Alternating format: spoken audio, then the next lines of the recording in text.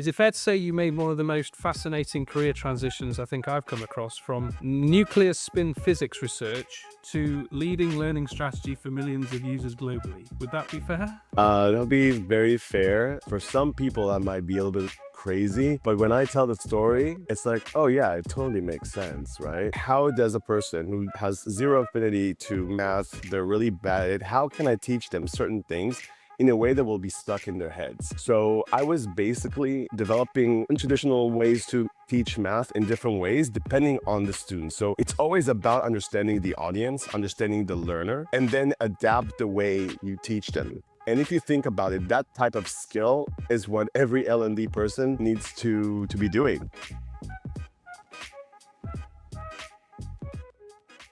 Hi, Dr. Eli. I'm Andy. Hello. Director of Partnerships at Open Elms. We're doing a series of these podcasts talking to lots of different people from lots of different spaces, but all with a unique voice in certainly around HR, L&D, technology, and everything in between. So we're really trying to open it up and broaden up and just find out what's happening out there right now and really listen to the people on the ground, Now, I think it's fair to say we're exploring today probably the intersection between science and learning with someone like yourself who brings a truly unique perspective to this. So as Global Head of Learning and Development at Wix, is it fair to say you made one of the most fascinating career transitions I think I've come across, from nuclear spin physics research to leading learning strategy for millions of users globally? Would that be fair? That'll be very fair. For some people, that might be a little bit crazy, but when I tell the story, it's like, oh yeah, it totally makes sense, right? Yeah, for me, but let me start with me saying that my passion for education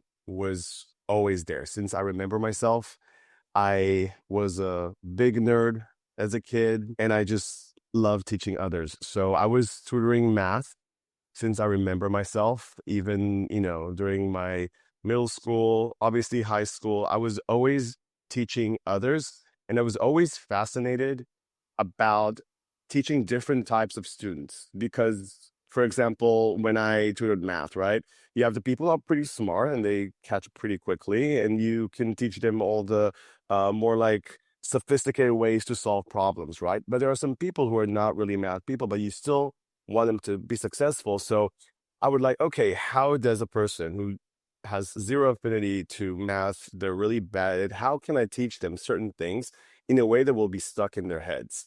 So I was basically developing traditional ways to teach math in different ways depending on the student. So it's always about understanding the audience, understanding the learner, and then adapt the way you teach them. And if you think about it, that type of skill is what every L&D person needs to be doing.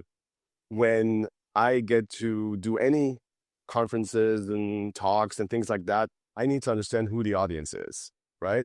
I need to understand who the people who are going to listen to me, because by the end of the day, you need to grab them from the beginning, right? I think you have 90 seconds to capture an audience before they're maybe physically there, but not mentally there. So how do I get them hooked right away? And for that, I need to understand who the audience is and appeal to them. Because again, there's a what's in it for me.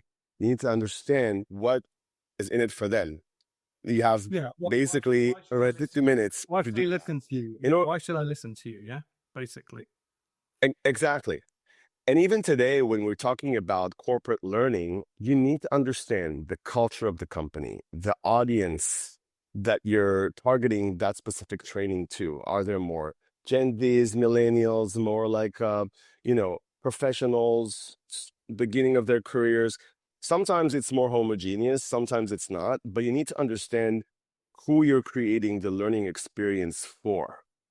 And then understand, okay, what will be the most engagement format for that specific audience? So I was always fascinated about that. Even when I went to academia and I taught science, I was trying to bring innovative ways to teach science, because science has been the same for years, right?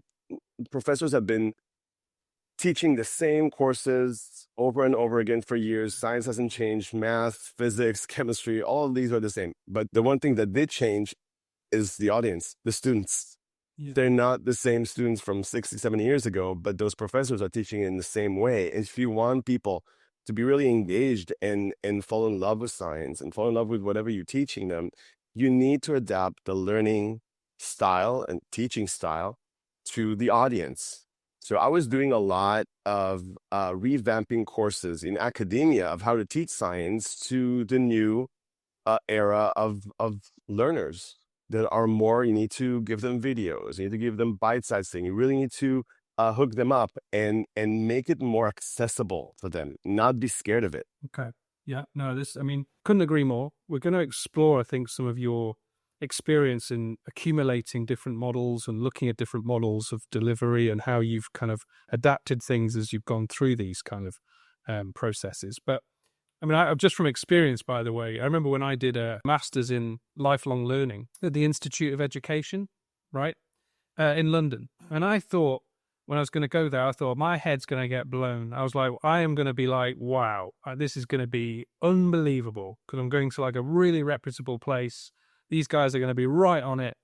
And it was the stalest thing, genuinely. I was just like, this is really poor. Like the pedagogical approach to it was really kind of old school, almost teach and talk, chalk and talk, like really like, guys, like, come on, like, where are the different methodologies? And it really opened my eyes to sort of like some of the institutions and how they kind of have been kind of stuck in this old style for so long and how they're being dragged into this 21st century mode of like, come on now, it's time to move on from this, right? But and so I couldn't agree more with your philosophy there. So that just tell us though quickly. So how did you go then from teaching almost was nuclear physics to becoming where you are now? Like, it's not. I mean, I totally understand there are lots of things that you learn over here that then you were able to take with you, but it's not quite a seamless journey. So how did you get from there to there? Yeah, so I did not really like academia and where it's heading. And truly by a chance coincidence of meeting one of the co-founders of a tech company, and there were around 200 people, and they wanted to double their size in a year or two. And they really needed kind of an academy, like a learning program, mostly for their technological partners than internally. So that co-founder is also a PhD alumni from the same institute I did my PhD in, NYU. And said, you know what, I want to bring someone from academia, someone not from the tech world, to just kind of have a vision of how to build that kind of academy. And we really clicked as people. And by the end of the day, I want to work with people I can learn from, that they can mentor me and do something new. And I also, in the back of my mind, I said, I can always go back to academia if that fails. Nobody can take my PhD, my academic research, my academic credentials. So I can try that. And again, I'm a person who gets bored very quickly, and I'm a lifelong learner myself. So I want to learn new things. Now, I wanted to learn new technologies. I wanted to go to the tech world. I'm also a developer, like a coder as well, as part of my skill set. So for me, going to tech, that was something that was challenging, while creating learning experiences when I'm not the subject matter expert, right?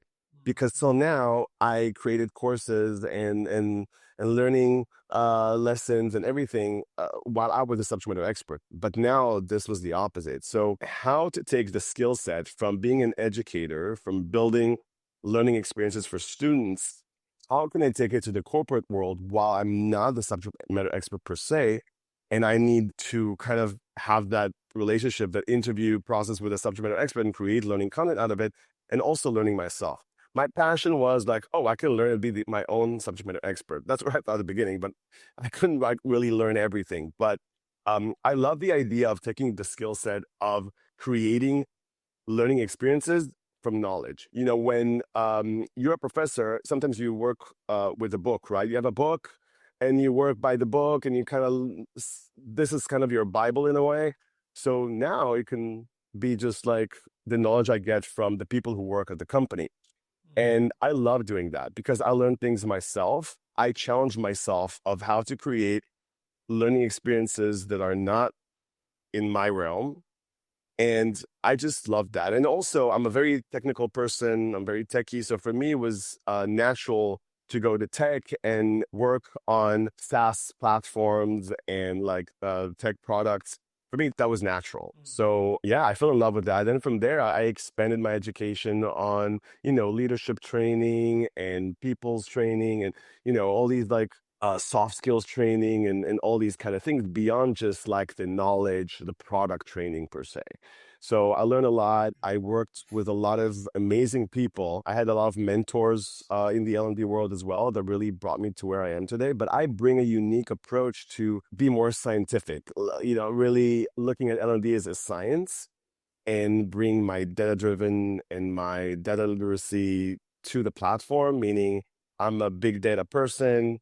Data is kind of like the thing that I make business decisions by. And I am always thinking about ROI. I'm thinking myself as a business. I'm thinking I'm a boutique business that gives services. How can I show that if people pay money for my services, that they make more money beyond what they invested in me? Before we continue, a quick thank you from our sponsor, OpenElm's Learning Generator. With just a text prompt or document, AI instantly builds a full professional course, complete with video presenters, quizzes, animations, and voiceovers in any language. You can edit everything online and export it as e-learning, a PowerPoint or video. And coming soon, you can even export it as a podcast or video game experience. The best part, you can try it free for 14 days and see how you can use this special agentic AI system to transform your training at openelms.ai. Back to the show. Okay, so let's explore that for a second, because obviously you came into the kind of L&D space from academia. You had a lot of, quite sounds of it, some really good support, some really good mentoring on that journey. So I suppose what surprised you most about the difference between, and was there much of a difference between how you were developing things in the academic world to when you came to a much more commercial L&D space? Like, did you notice much of a difference? And then also, when did that kind of spark around, well, hang on a minute, I am this data driven. It is going to influence a lot of the things that I do in my world right now. And I need to connect that ROI piece so that it makes sense to everybody else who's working with me on these projects. So can we just explore that a little bit? How did you get to that space and how different was it from the academic side?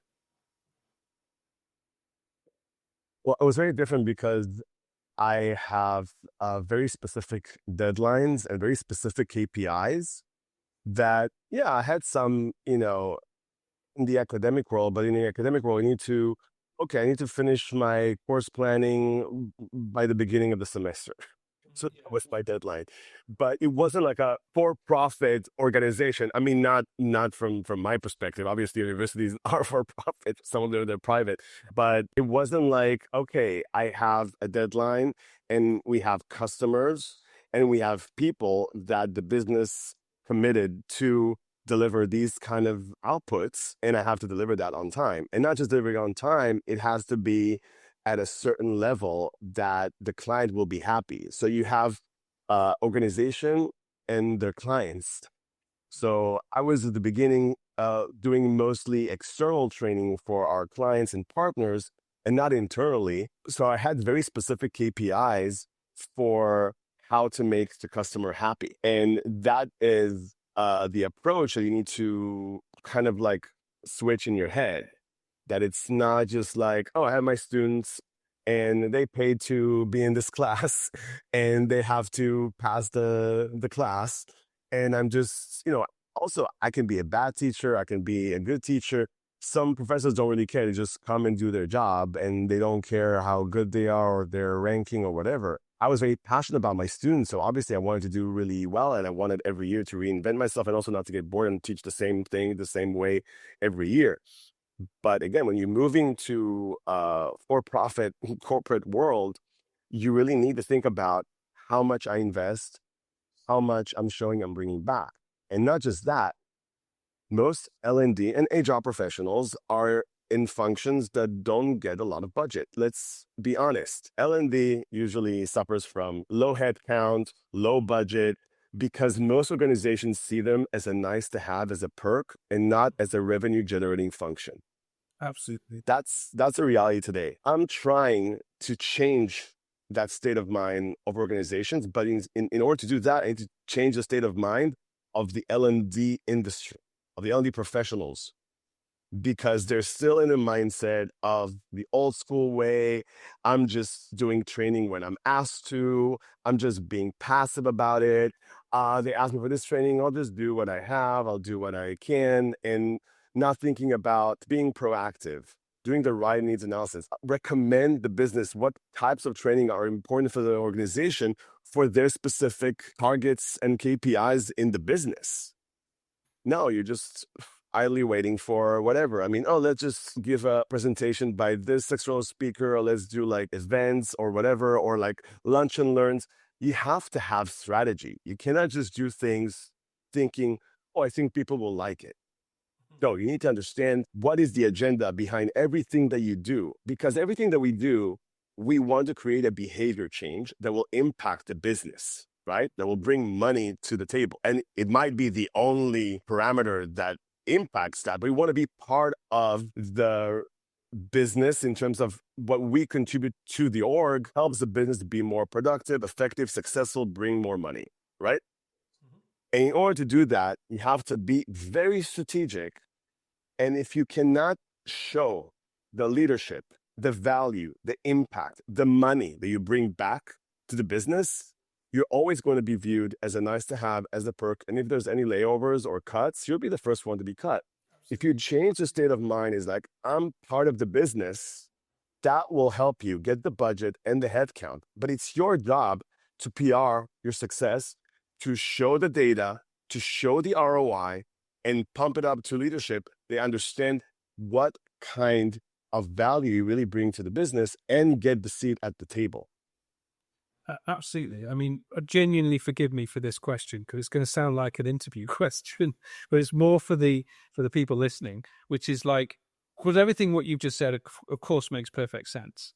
But I think a lot of people will be like, yeah, that makes sense. But can you think of a specific example where you talk about looking at, researching a strategy, making sure that strategy is the right thing, implementing that strategy, and then by the end of it, the results of that ROI are so clear that when you go to the people at the top and you go, look, we implemented this is coming through L&D, this is a no-brainer, you need us. So can you give us something like really clear that like people would be like, oh yeah, I understand that, from a practical example? I'll give 2 examples because there are 2 different ways. Let's say you're a passive L&D professional, right? Someone comes to you and say, I need a training about this and this and that. Are you just going to do that for them? No, you shouldn't. Why? Because you need to do the research and look at the data that justifies the need of that training. For example, I always ask, okay, you're the stakeholders for this, for this training, right? What is the problem? What is the root cause of the problem? And is training the solution? And they have the burden to show me the data that proves that. And then we need to say, okay, what do we expect to happen post-training in terms of behavior change, impact to people's productivity, efficiency, and how we can translate it to money or ROE, return of expectations. If you have all of this with all the metrics you're going to measure afterwards, and you know exactly what to look for and what success means and what ROI means, that will help you decide what kind of format this training needs to be, how much time, money, resources, people I should invest in this. What's the shelf life of the course? Is it something that's only for like 10 people, or is it something that's globally for the whole organization? Is it going to be a one-time thing, or it's going to be something that many future learners in the organization are going to take? All of these things have to be considered before you even start thinking about what type of training it's going to be. Live training, digital learning experience, something more experiential. It all depends on how much impact and value you bring. And this is how I calculate what type of training and how much I'm going to invest in that. So that's one aspect of things that can, again, an example that make sure you're going to move the needle, impact the business. You have all the metrics. you know what to calculate, and you know what success means and how you can communicate it afterwards to the leadership. Again, it's not just doing that. At post-training, you have to do the work of following up, looking at the data, and communicate that all to the leadership and the people who are important for them to know what you just did. It's all PRing yourself. The second thing is to be proactive, meaning you need to understand the business. You need to understand the organization strategy, and then based on that, suggest certain trainings. For example, let's say we're having a launch of a new product, right? So, okay, there's a launch of a new product. What are the expectations of how many customers or clients are going to use that product? Who will be the face of that product in terms of what kind of roles need to know the product well and the application of that product for the customers, right? Salespeople, customer success, customer support. Okay, let's think about how L&D can be involved in the launch of this product, because you cannot really launch a product without training the relevant people. It could be internally and also can be externally, right? So there's two aspects of things. So again, you are part of a business goal. You know, it's releasing a new product or even a new version of a product or whatever. That means it needs to be communicated in a learning experience for some people, externally, internally, and how much you're going to contribute to that strategy of the launch of the product. I'm not waiting for people to come and tell me, oh, we're launching a product, we need training on that. I don't need to wait for that. If I am at the table, understanding the strategy, knowing the product roadmap and the organization's roadmap of certain things, I can come and suggest me being part of some business initiatives that the organization is taking. It's not waiting for my help, is to proactively suggest my help. Yeah. I mean, it and then you're just an integral part of every business decision. Yeah. Well, because if you're immersed in the organization, if you're immersed in the organization, you understand, you say, if you understand the culture, you understand the strategies, you understand the values, anything that happens, you are there and you are always on the front foot, asking the same questions. How are we doing this? How can L&D be involved? What training are we going to need? What methods are we going to use to deliver that training? Who's it going to impact? How are we going to measure success? If those are the things you're constantly going around churning inside of you every day as you go to these things, then as you say, you're going to have much more positive impacts on the strategy and the people that you're trying to support, right?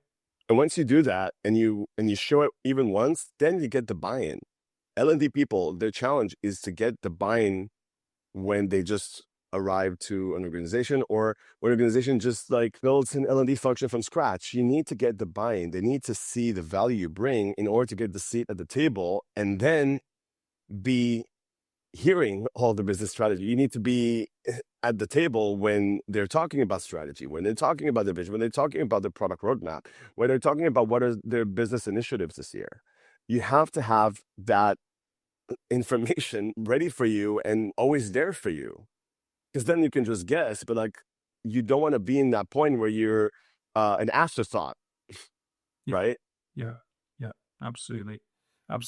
And so we're going to explore just quite a few more things here. Now, one of the things I think we should explore is that I think you've promoted a kind of idea that the D and L&D should be for data. So I'd like to explore like more about what you mean about that and what frustrates you generally in the L&D space around not using it effectively and how you have used it effectively.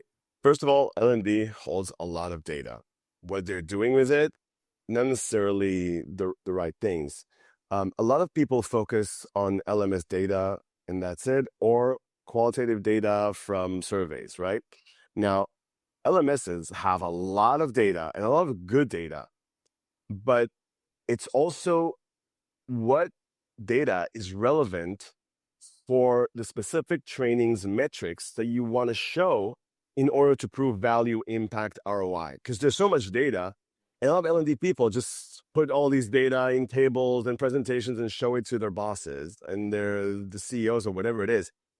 But is completion rate really interesting data for certain metrics for success of training? not necessarily, I'm not talking about compliance, but like, so to me, completion not necessarily tells me a lot about how much people learn or they applied it to, to the day to day, right? So they're just focusing on just showing all the data that the LMS gives you instead of saying, okay, I have all that data. What kind of story the data tells me and what is relevant for this specific training and for this specific business initiative that we're trying to promote. So you don't want to use all the data. You need to know how to screen the right data and how to communicate that once you understand what kind of story the data tells you. But, from the Kirkpatrick level 1, level 2, it's easy. We own the data. The problem is when we're talking about behavioral data, performance data, and this is where you really need the access to performance data. And for that, you need the buy-in to have that access to performance data that is not owned by you. It's a second-party data within the organization. And you need to get the buy-in to get that. Now, a lot of L&D people, it's like, wait, I can go just to the head of sales and ask them for their sales data or their revenue data. Look, by the end of the day, you need to understand that it's a partnership. And sharing the data with you can help you show how much impact and value you bring to this specific function, let's say sales, right? So sharing the data is not exposing data for someone who's not relevant. We are very relevant to any performative data because by the end of the day, what we do is not a checklist. Training is not a checklist. Training is a strategic initiative that helps you to be better, more effective, productive, and obviously help people do what they do in a better way, and also obviously behavior change or teach them something new that they have to know in order to do their job in the best way. If they're not going to do their job in the best way, that costs money to the company, right? And there's also, again, how much engaged people are or non-engaged people are costing the company. There's a lot of research about that as well.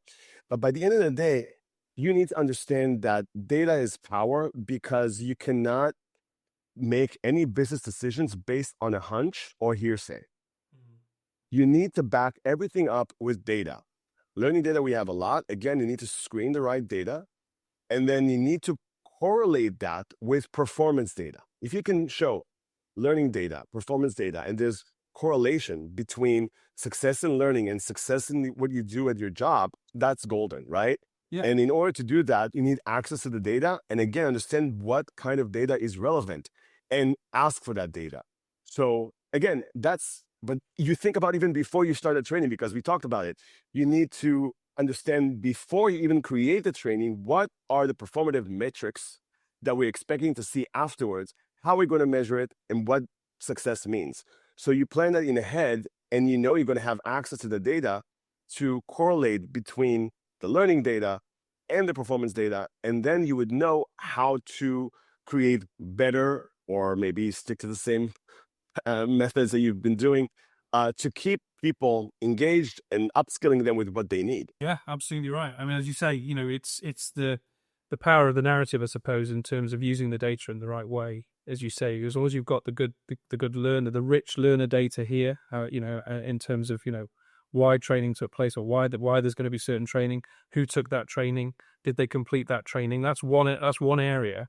But then if you've got access and you can get access to the real performance, the real juicy performance data, and marry those two up, then there's your story arc. There's how you put it together. Tell the story and say, look, we did X, it's now provided Y. Let's keep going. Do you know what I mean? So yeah, it's sometimes it's so much common sense, but we just get lost in lots of other things, don't we, in our lives, that we just forget about the common sense sometimes. But yeah, absolutely. But you have to do it for every learning experience you create. You cannot just do things without strategy, without metrics, without being data-driven and just be hungry for the data and look for it. Because then you become irrelevant. Then you become a nice to have or just a perk or whatever to the employees.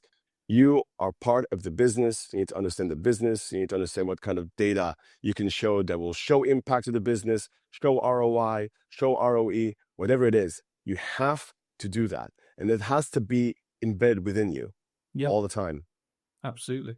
Absolutely right.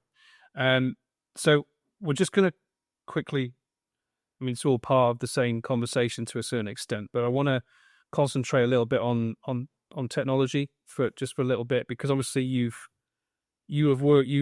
we know you've worked with all sorts of different technology, and the way that technology has advanced over the last, never mind 10 years, in the last 12 months. So, you've seen technology firsthand, how it can help transform, or in some cases hinder organizations, depending on what they're doing.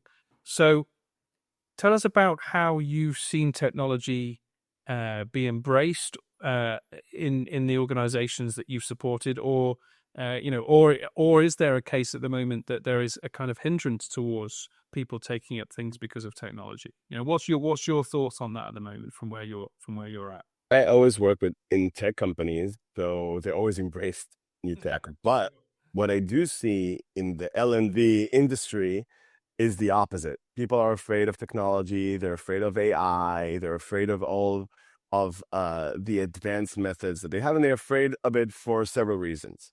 One, everybody's thinking about themselves. Is it going to replace me? Right? There's this fear of, is it going to replace me? And they think if they're just going to just shove their head into the ground, like act like it doesn't exist, that it will be fine. No, this is not the right approach.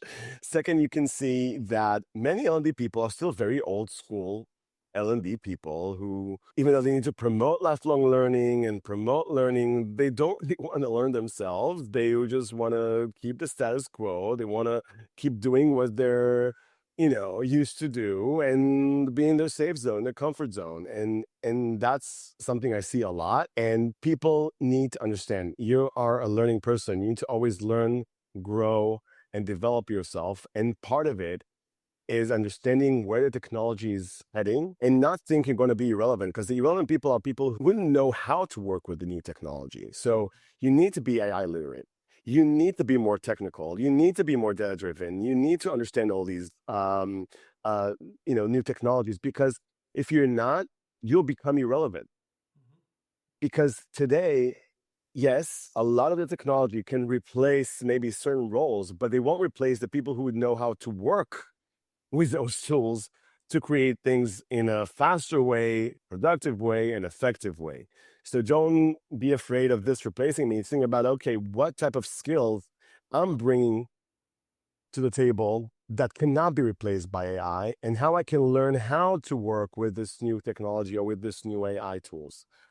And look, I mean, yes, we can now do things with maybe less of a workforce, but at least the workforce that you have should be very skilled in how to produce things in a better way, in a more engaging way. And I don't think you can do it only with technology. The human touch is so important. We have so many skills that AI cannot replace. And some of it, yeah, it can shorten the time of creating content. We use a lot of AI tools that literally cut our digital learning production by half the time. So we can create more, double in the same amount of time, which is amazing, because we were already under so much pressure and we weren't delivering things on time. And now we can deliver things faster. And today, delivering things faster is so crucial, because a lot of things that happen in an organization, you have a need right now. We need to upskill people right now. You see a problem, you see a knowledge gap or a skill gap. Okay, so now let's wait until we think about the training, till we create the okay, 2 months passed. It's 2 months of people who have some knowledge or skill gaps, right? Let's say instead of taking 2 months to create training for them, you can create it in a week. That's a lot of money, because if you upskill them pretty quickly and right when they need it, that's a huge thing to do. Huge thing. So we can bridge gaps faster, which means we can bring employees to where they're supposed to be faster, hitting those KPIs faster. And that's money every day of not engaged people, or people who don't have the right knowledge or not trained enough to do certain things. That's money to the company. So doing things faster can help us really bring the right training at the right time, meet them where they are and when they need it, right away. So I think this can really move the needle in a tremendous way and bring so much credibility and kind of like wow effect to the L&D people. Wow, we had a problem, you fix it pretty quickly. Yeah. It was pretty fast solution. So creating content in a fast way, that's a lot. Not only you can do more, you can do things quicker. So to build that gap, bridge that gap way faster. And that's money. Yeah. And in another type of way, a lot of the things that AI also gives you is that customization. A lot of learners are different, or, kind of identifying what kind of training to push to certain people. It's like, when you are, when you're doing all the Google ads and advertisement on digital advertisement, right? It knows who you are and it will customize the ads for you, right? And this is also like when you're in LMS, right? In LMS, sometimes we have like hundreds of courses in our LMS. If I'm just like a learner and I'm trying to just like search for something, it can be like taking a long time to find something that is relevant for me. But let's say the system already knows who you are based on what you learned before, based on the skill set that the system knows about you. It will push you the right training for you. It's not like, I don't need to pull something from you. I'm pushing you the relevant trainings for you. So again, the AI understanding who you are, understanding the profile behind the learner and pushing them to relevant trainings, that's something that's also very powerful, because that, again, saves a lot of time. It customizes specific trainings for specific learners that they needed, because sometimes not one solution fits them all. And you want to have that targeted strategy and that customized learning paths for certain employees based on their performance, based on their skill set, the level of their skill set, whatever it is that you decide in the back end. Yeah. You're absolutely speaking my language there. Absolutely. Just firstly, going back to that sort of the adopters of technology and the workforce, you're absolutely right that it's not that AI are just going to replace everybody. We say this all the time. People who use AI effectively will be the ones who replace people who don't. So it's either learn it, understand it, and utilize it effectively, or you're going to get left behind. And whether people like that idea or not, unfortunately, that's just the way that it's going to go. And can't turn around and, as you say, put your head in the sand and just go, no, I'm going to stand firm and not pay attention to it. You're like, well, that's completely the wrong thing to do. And we've seen it ourselves. Like, obviously, as you said, some of the products there, like, it is crazy what these products can do now, in terms of, content generation, like ourselves, like you say, like we can generate content like that, like things that took like, expertise over many days and weeks and all that kind of stuff to create it, get the scripts, get the content, all that stuff. Some editing, some line, that's what you're making. Yeah.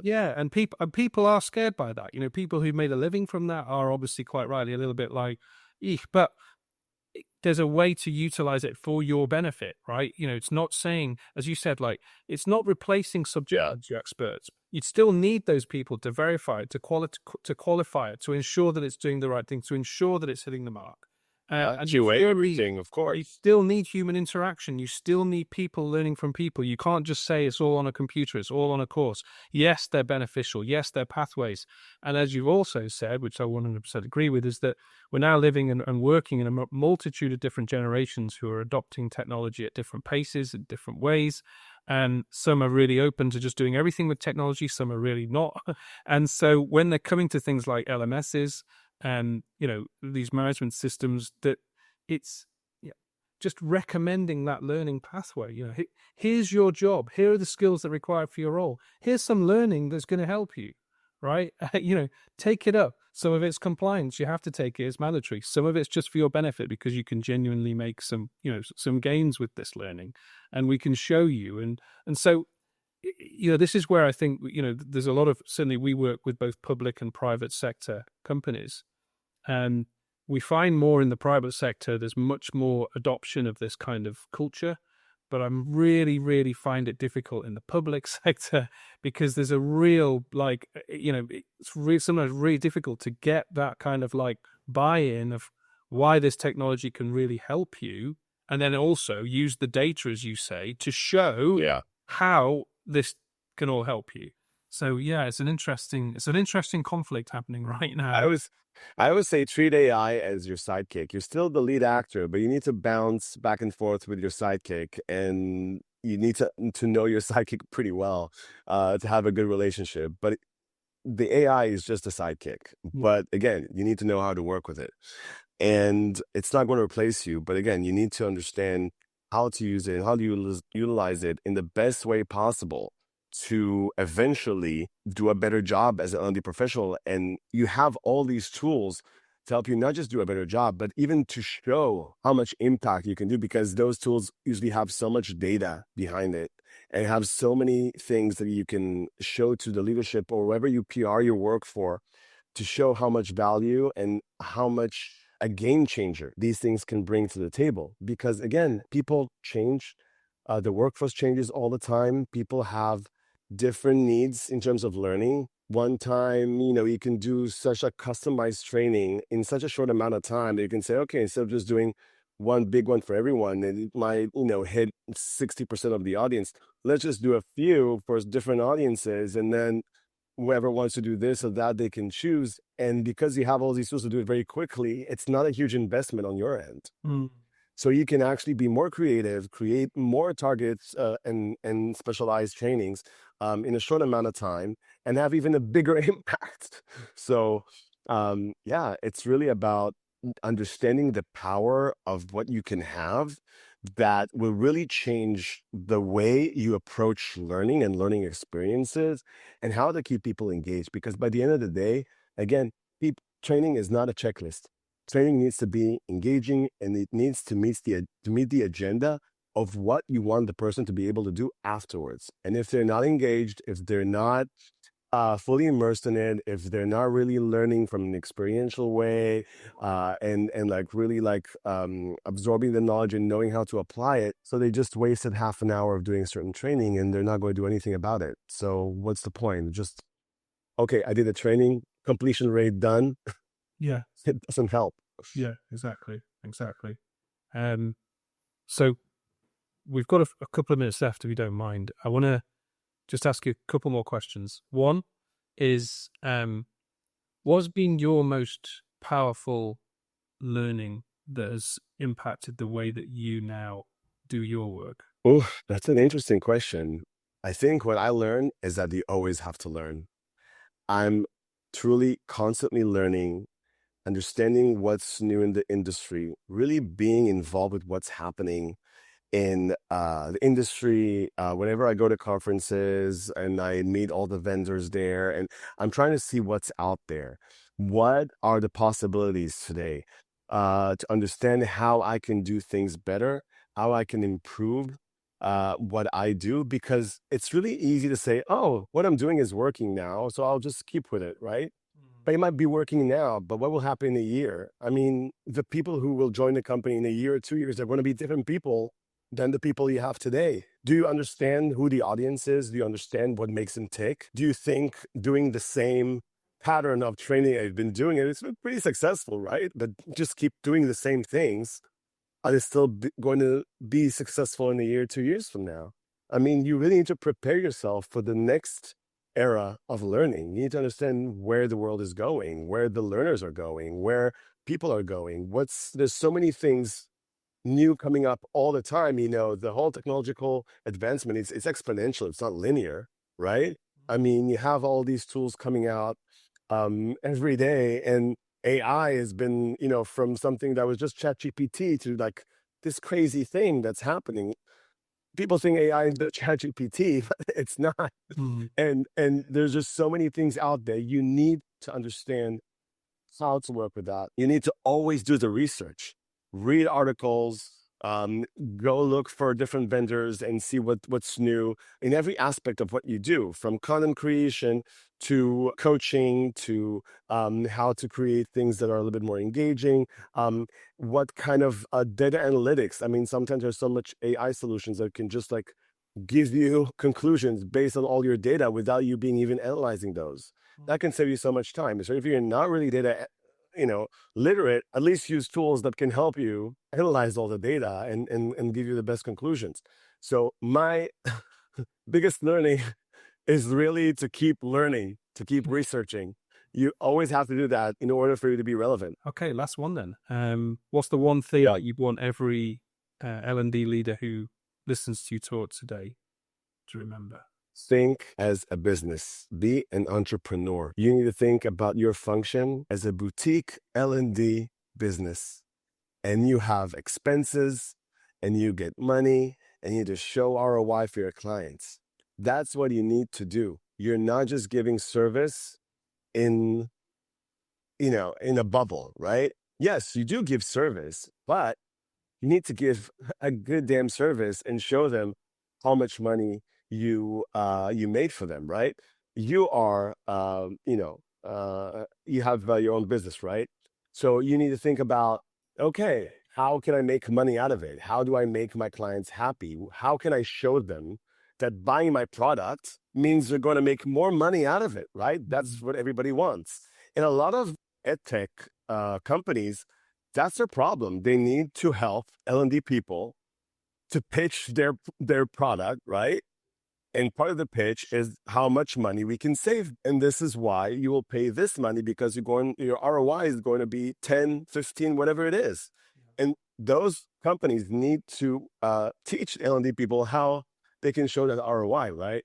So you don't need those vendors to show you how to do the ROI. You need to know how to do it yourself. Yeah. You need to think again like a business. This is my business, and I need to show my client ROI. And what kind of data I need, what kind of things I need to do, how much I need to invest in every training that I do. This is the mindset that every L&D person needs to know. And obviously, not just think about us as a business. Also, our business is part of a business that I need to know very well. I need to know the business I'm serving. Because if I don't understand the business, I don't know how to create things that are best for them. So you need to understand the business and then come to your own business and do the work.